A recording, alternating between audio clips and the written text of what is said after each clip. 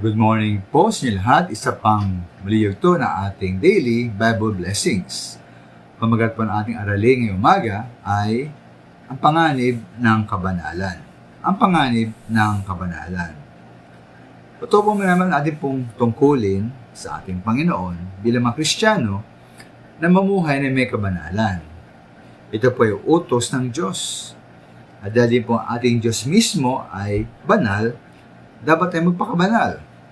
Nga po sa ng Pedro 1:16 sabi po roon, dahil ang Diyos na pumili sa atin ay banal, dapat tayo magpakabanal.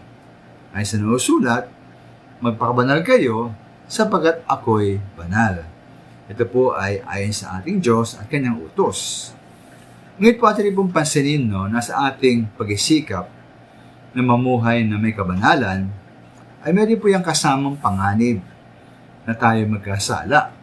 Lalo na, ukol po sa ating pagitungo sa ibang tao. Una-una po, unang panganib dyan, na sa pagsikap po na magpakabanal, ay ang panganib po ng paghihiwalay at walang pagmamalasakit.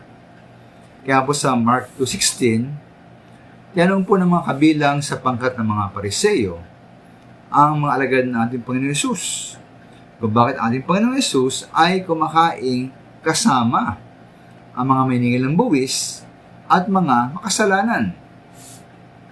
Na sila po sa takot nila na baka sila mahawaan siguro, sila umiiwas po sa mga taong tikila nilang masama at makasalanan. Ngayon tayo mga minamahal, sa ating takot na baka tayo mahawaan ng mga kasalanan, bisyo at masamang gawain ng mga tao, man tayo po'y lumayo at humiwalay sa kanila. Salip natin silang lapitan upang ibagi sa kanila ang ebanghelyo at ang pag-ibig ng Diyos. Kaya po, paano nga nila may tikman, ang sarap ng alat natin bilang asin ng lupa, malibang tayo po ay lumapit sa kanila. Dalawang pangalim mga minamahal ay ang kayabangan natin at pagmamaliit sa ibang tao. Tulad po na isang Pariseo sa Luke 18, na siya pinalangin, nalangin siya, at nagpasalamat na siya daw po hindi tulad ng ibang mga makasalanan. Pati po ang isang maningil na buwis, na kasama niya tumasama doon sa templo. Lagi daw siya nag-aayuno, at nagbibigay po ng kanyang ikapo. Ngayon natin pandalaan po ito, ang tunay na kabanalan ay may kasamang pag-ibig at pagmalasakit para sa ating kapwa. Hindi po kayabangan, hindi po pagmamalinis sa ating sarili.